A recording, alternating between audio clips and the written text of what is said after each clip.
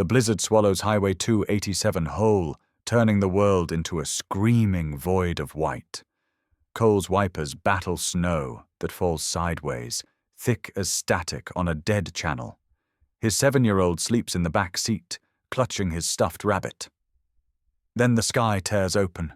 A streak of orange fire arcs across the darkness, trailing black smoke before vanishing behind the hills. The explosion echoes like distant thunder. Cole slams the brakes, his truck fishtailing on ice. 10 minutes of driving through knee-deep drifts, and he finds her a woman in a torn flight suit, sprawled beneath a silver parachute, blood blooming across virgin snow like dark roses. Her dog tags catch his headlight beams. Behind him, Jessie's small voice trembles. "Daddy, is she breathing?" She is, barely. When her eyes snap open, locking onto his through the swirling snow, she chokes out 2 words. "Don't tell." The number on her wrist burns into his vision. 41007. The same digits carved into the compass his wife clutched when they pulled her from a burning cockpit 3 years ago. This stranger bleeding in a Wyoming wasteland knows something about the crash that took everything. And the moment Cole lifts her into his truck, he doesn't just save a life. He opens a door to the truth that will shatter everything he thought he knew. Cole's hands shake as he pulls the woman into the cab. Her flight suit is soaked through, torn at the shoulder where blood seeps dark and steady. Jesse wakes fully now, his eyes wide as moons. "Is she dead?" The boy whispers. Cole doesn't answer. He can't, because the number on her wrist keeps burning into his brain, and his wife's compass sits in the glove box 2 feet away, and none of this makes any sense. He strips off his jacket, wraps it around the woman's shoulders. Her breathing is shallow, fast. Her lips are turning blue. The drive home takes 20 minutes that feel like 20 hours. The woman drifts in and out of consciousness, mumbling words Cole can't make out. Jesse sits silent in the back, watching. The boy hasn't been this quiet since the funeral, since the day they told him his mother wasn't coming home.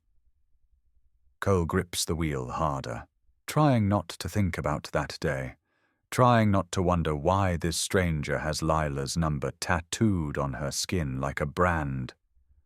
When they pull into the driveway, the house looks exactly as they left it. Dark, cold, empty. Cole carries the woman inside while Jesse holds the door. He lays her on the couch, the same couch where Lila used to read flight manuals late into the night.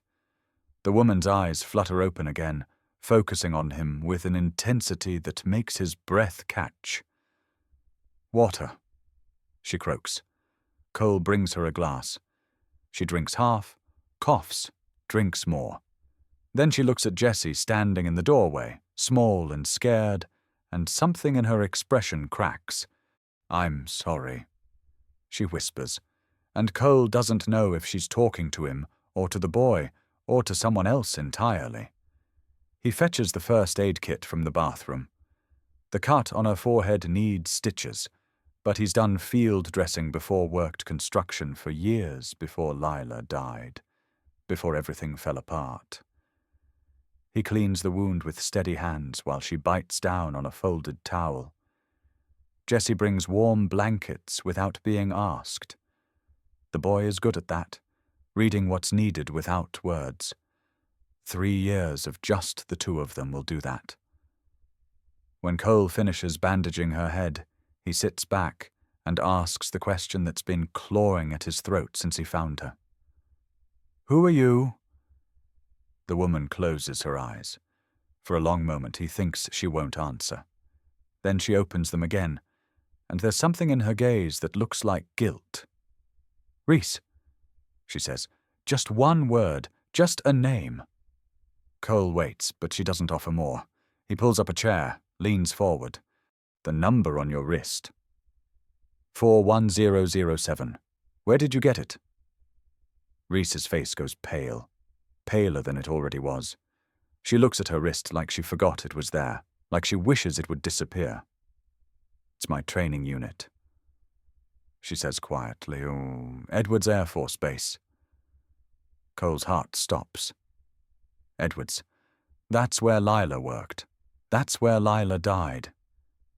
He stands up so fast the chair scrapes loud against the floor. Jessie flinches. Reese doesn't. She just watches Cole with those haunted eyes. And he knows. He knows she's lying. Or not lying exactly, just not telling the whole truth. My wife had that number, Cole says, his voice rough as gravel. Carved into a compass. She was holding it when they pulled her body from the wreckage. Reese's breath hitches. Her hands curl into fists on her lap. What was her name? She asks, though something in her tone suggests she already knows the answer. Cole's throat tightens. Lila Hartwell. She was a test engineer. The name hangs in the air between them like smoke. Reese closes her eyes again, and a single tear tracks down her cheek. I knew her, Reese whispers. We worked together. She was the best engineer on the team. Cole feels like the floor just dropped out from under him. He sits down hard, his legs suddenly unable to hold his weight. You were there, he says. It's not a question.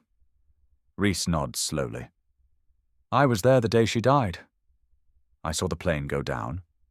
I saw. She stops, swallows hard. I saw everything. The room goes very quiet. Even Jessie has stopped moving, frozen in the doorway like a statue. Cole's mind races. All this time he thought he knew what happened. Mechanical failure, they said. Faulty wiring in the test aircraft. An accident. Just an accident. But the way Reese is looking at him now, the way her hands tremble, tells him there's more to the story. What aren't you telling me? He asks. Reese shakes her head. I can't. I signed papers. Non-disclosure. If I talk, I lose everything. Cole leans forward until their faces are inches apart. I already lost everything, he says quietly. So did my son. So tell me the truth. Reese looks at Jessie then, really looks at him. The boy is 7 years old, skinny as a rail, with his mother's dark hair and his father's grey eyes. He's holding that stuffed rabbit like it's the only solid thing in the world. Reese's expression crumbles. Lila filed a report 6 months before she died, she says, her voice barely above a whisper, about a software glitch in the warning system. She said it would confuse electrical failures with mechanical ones in extreme cold. No one believed her. They said she needed empirical proof. Cole's blood runs cold. So she volunteered to fly the test. Reese nods. She wanted to prove she was right. She wanted to save lives. Her voice breaks. But I saw the report. I read it. I knew she was right. And I didn't back her up. I was too scared of losing my job, of being blacklisted. I let her go up alone. The weight of those words settles over the room like snow. Cole can't breathe, can't think. His wife died trying to prove something that could have been prevented if one person had just spoken up. And now? Cole asks, his voice shaking. What happened to you tonight? Reese's laugh is bitter, broken. Same glitch, same warning system. I was flying a Block 40 at 15,000 feet when the alarms started screaming. I remembered Lila's report. I remembered what she wrote about false electrical warnings. So I shut off the alarm and checked the actual indicators. She touches the bandage on her head. I was right. It was mechanical, not electrical. If I'd followed the false warning, I'd be dead. Just like Lila. Cole stands up, walks to the window. Outside, the blizzard is still raging, burying the world in white. He can see his own reflection in the glass, can see the ghost of the man he used to be before grief hollowed him out. Behind him, Jesse speaks for the first time. "Did my mum save you?" The question is so simple, so pure, it breaks something in Cole's chest. He turns to see Reese looking at the boy with tears streaming down her face. "Yes," she whispers. "Your mum saved me, even though I didn't deserve it." The next morning comes slow and grey. The storm has passed, leaving the world buried under 2 feet of fresh snow. Cole wakes on the recliner where he dozed off sometime after midnight. Reese is still on the couch, still breathing. Jesse is curled up in the armchair, the rabbit tucked under his chin. For a moment, Cole just watches them both, these two broken people fate dropped into his living room. Then Reese's eyes open. She sits up carefully, wincing at the pain in her ribs. "I should go," she says. Cole pours coffee into 2 mugs, hands her one. "Go where?" Reese stares into the dark liquid like it might have answers. "I don't know. Anywhere. I'll call my unit, face the investigation." Cole sits down across from her. "They're going to blame you." "You shut off the warning system. That's against protocol." Reese nods. "I know, but at least I'm alive to face it." She looks up at him, and there's steel in her gaze now. Lila wasn't that lucky. Jesse wanders into the kitchen, rubbing sleep from his eyes. Reese watches him pour cereal, watches him eat in silence. "He looks like her," she says quietly. Cole nods. "Acts like her too. Stubborn, smart, doesn't talk much when he's thinking hard." Jesse glances up at that, almost smiles. It's the closest thing to a smile Cole has seen from his son in weeks. Reese stands, tests her weight on shaky legs. "Thank you for not calling the police. For not turning me in. You're not a criminal," Cole says. "You're a pilot who survived something my wife didn't." The words hang heavy. Reese pulls on her boots, still caked with frozen mud and blood. Cole stops her with a hand on her arm. "Wait. You can't just walk out into this. You're hurt, and it's 10 miles to town." Reese looks at the door, at the wall of white beyond it. "I can't stay here. I can't impose on you like this." Cole's grip tightens slightly. "You knew Lila. You finished what she started. The least I can do is make sure you don't freeze to death." Reese stays. 1 day becomes 2, then 3. She sleeps on the couch, helps Jesse with homework, fixes the leaking pipe under the kitchen sink without being asked. Cole watches her move through his house like a ghost, quiet and careful, always ready to disappear.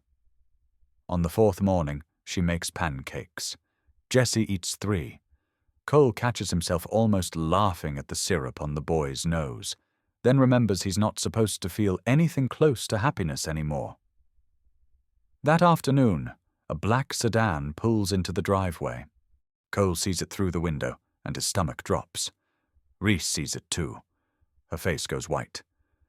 "They found me," she whispers. A man in a dark suit steps out, carrying a briefcase. He knocks twice, official and sharp. Cole opens the door. "Can I help you?" The man flashes a badge. "Agent Brooks, Air Force Office of Special Investigations. I'm looking for Captain Reese Keller." His eyes flick past Cole to where Reese stands frozen in the living room. "Captain Keller," Brooks says, his voice flat and professional. "You're required to appear before a disciplinary board on the 15th of July. The crash is under investigation." Reese steps forward, her spine straight despite the fear in her eyes. "I understand." Brooks hands her a manila envelope. "Preliminary findings show you disabled the warning system at 15,000 feet. That's a direct violation of flight protocol.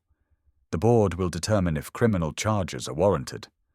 Cole's hands curl into fists. 2, She saved her own life. The warning system was faulty. Brooks looks at Cole like he's an insect. And you are? Cole meets his gaze without flinching. Someone who knows what it's like when the Air Force buries the truth. Brooks's expression doesn't change.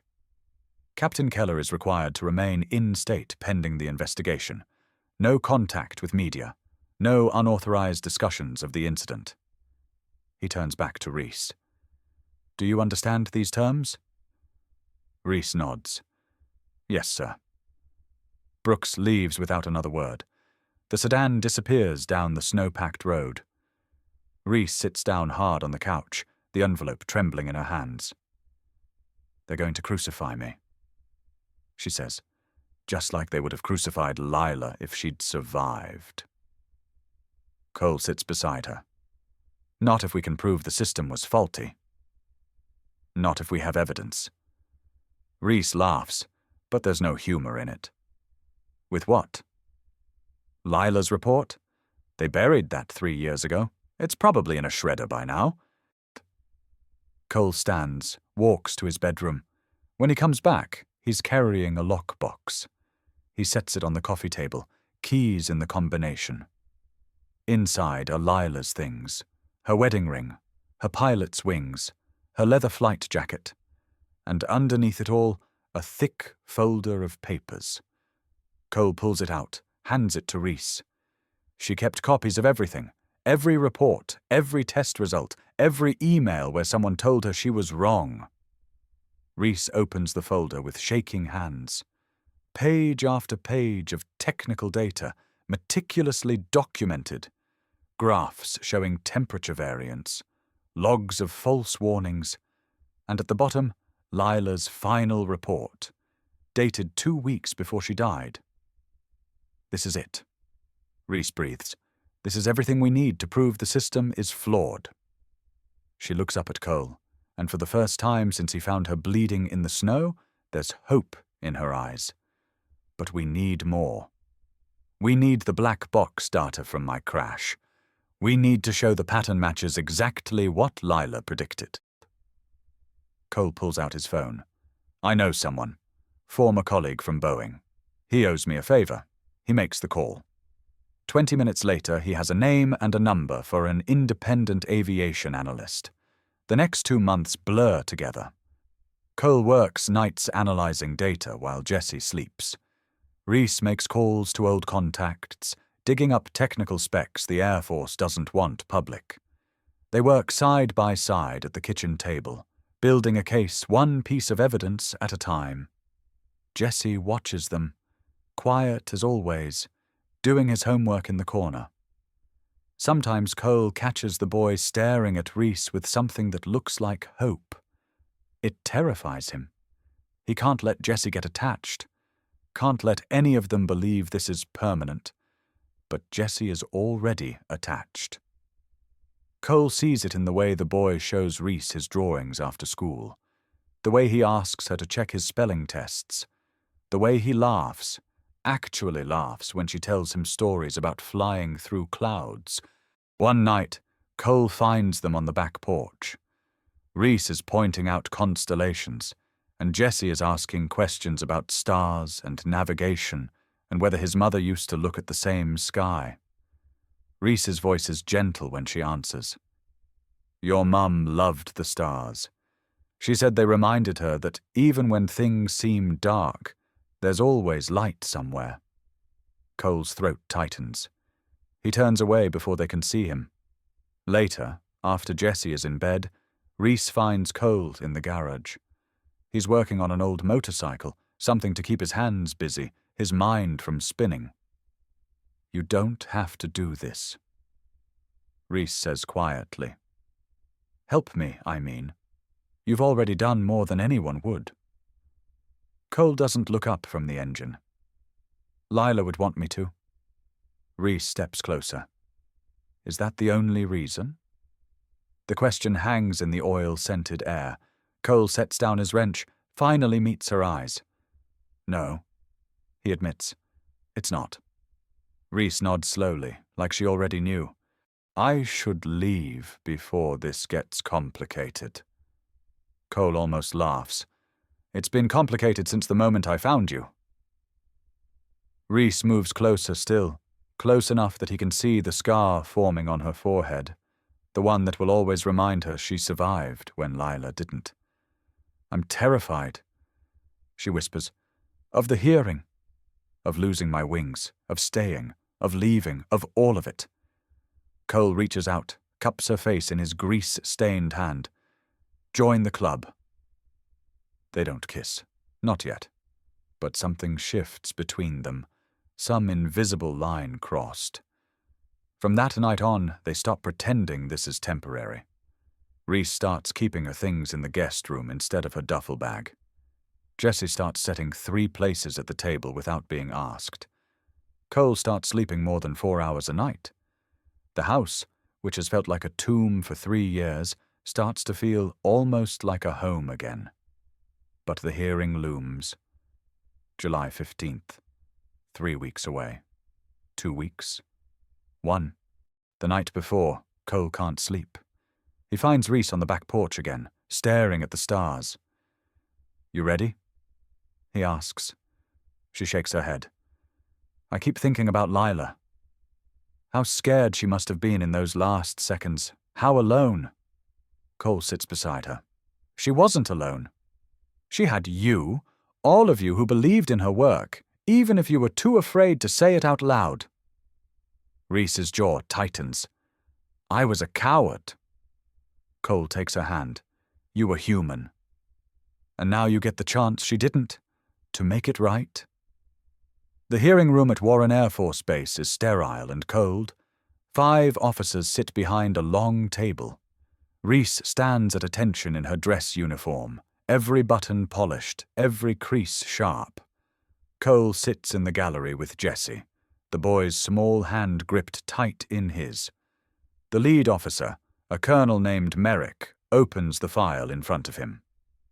Captain Keller, you're here to answer charges of violating flight protocol by deliberately disabling aircraft warning systems. How do you plead? Reese's voice doesn't waver. Justified, sir. Merrick's eyebrows rise. Justified. Interesting. He leans forward. Explain. Reese takes a breath, and Cole can see the moment she decides to burn every bridge. 3 years ago, test engineer Lila Hartwell filed a report documenting a critical flaw in the Block 40 warning system. The flaw causes the system to misidentify mechanical failures as electrical ones in temperatures below -35 Celsius. Mrs. Hartwell's report was dismissed. She died trying to prove it. The room goes very still. 2 months ago, I experienced the exact scenario Mrs. Hartwell predicted. Reese continues. False electrical warnings at 15,000 feet in sub-zero temperatures. I shut down the warning system because I remembered her report. I checked the actual mechanical indicators instead. That decision saved my life. Merrick's expression is unreadable. Captain, you're asking this board to believe you violated protocol based on a 3-year-old report that was never validated. Reese stands taller. I'm asking this board to validate it now. One of the other officers, a major, speaks up. Even if such a report existed, we have no way to verify your claim. That's when Cole stands. I can verify it.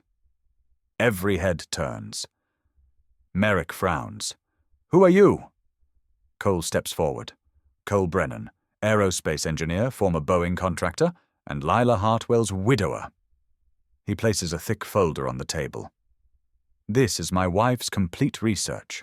Every test, every calculation, every warning she documented before she died. And this, he pulls out a second folder, is the black box data from Captain Keller's crash. Analyzed by an independent expert, the patterns match exactly.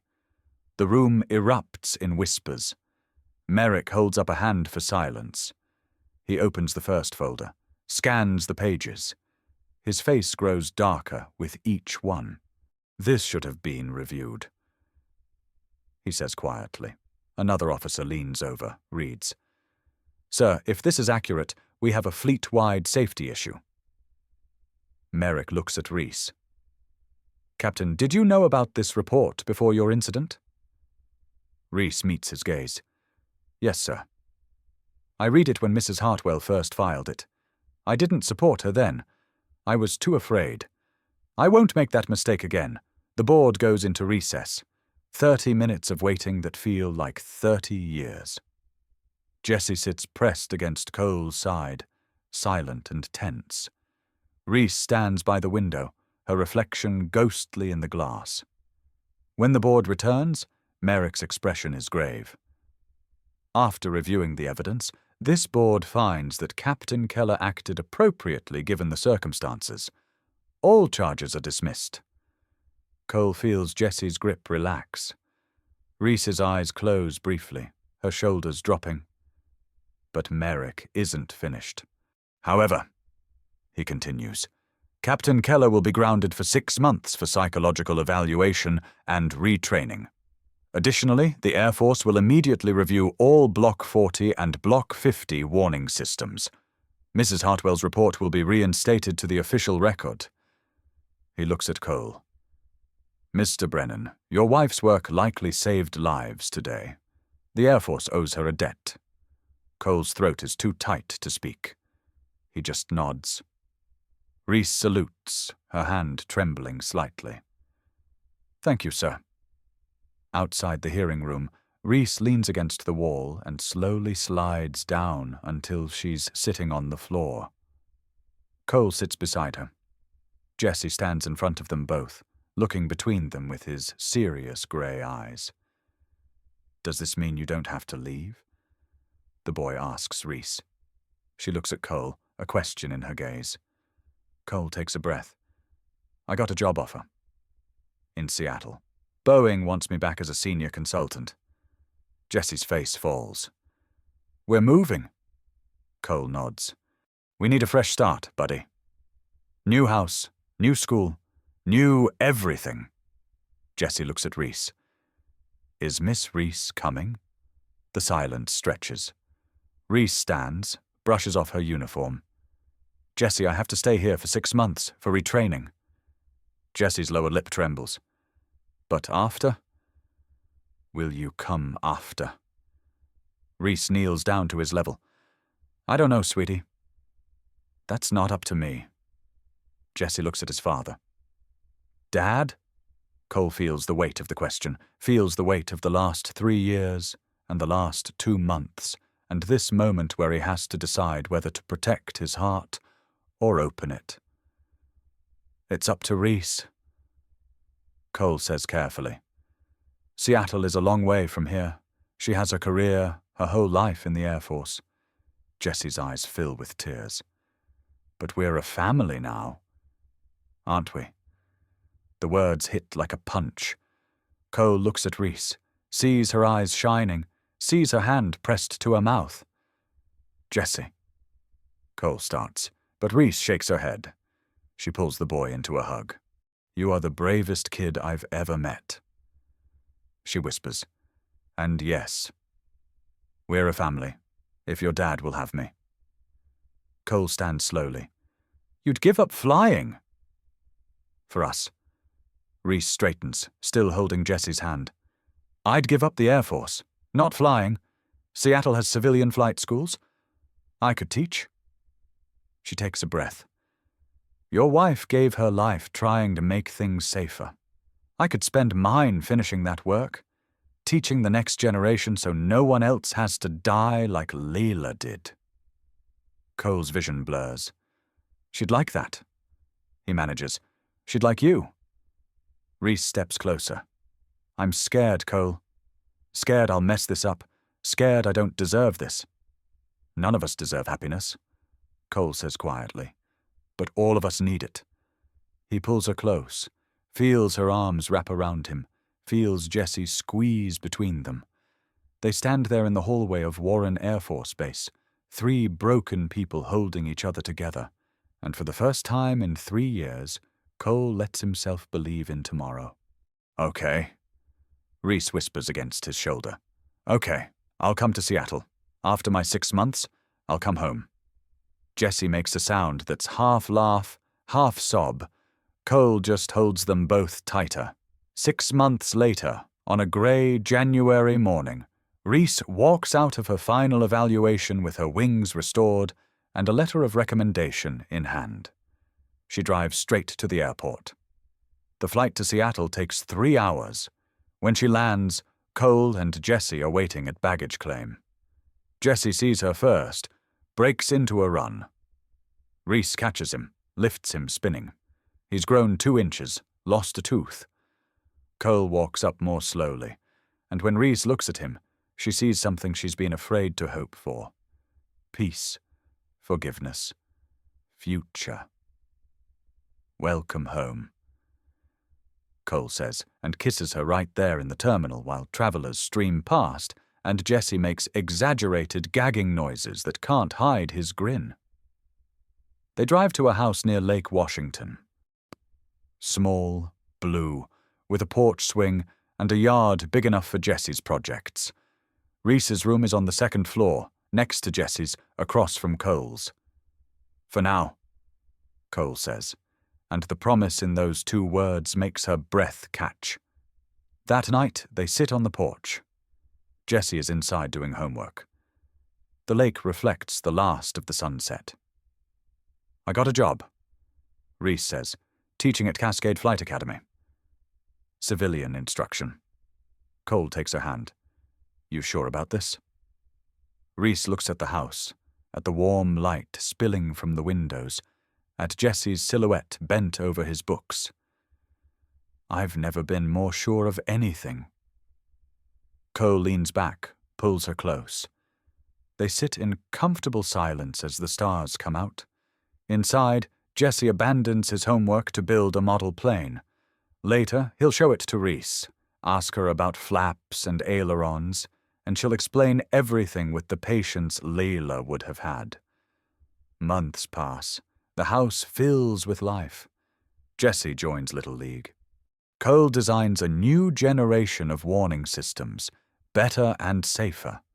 Reese teaches students to trust their instruments, but verify everything. On weekends, they hike, they cook together, they fight over whose turn it is to do dishes. Normal things, family things. One evening, Reese finds Cole in the garage holding Lila's compass. I've been thinking, he says, about passing this to Jessie. When he's older. Reese sits beside him.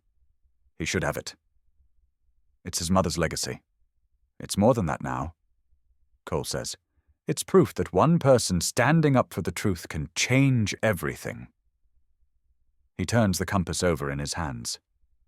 Lila saved your life without even knowing it, and you brought me back to mine.